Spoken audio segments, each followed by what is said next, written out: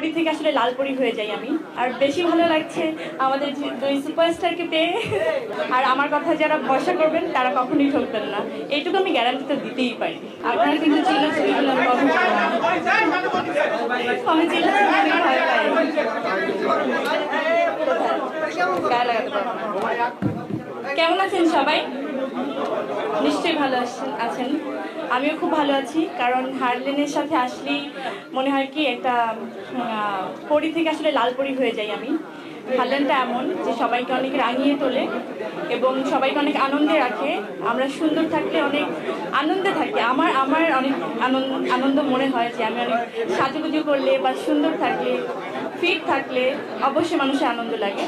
তো আমি এই মুহূর্তে অনেক আনন্দে আছি, আর বেশি ভালো লাগছে আমাদের দুই সুপারস্টারকে পেয়ে, আপনাদেরকে পেয়ে আমি খুবই আনন্দিত।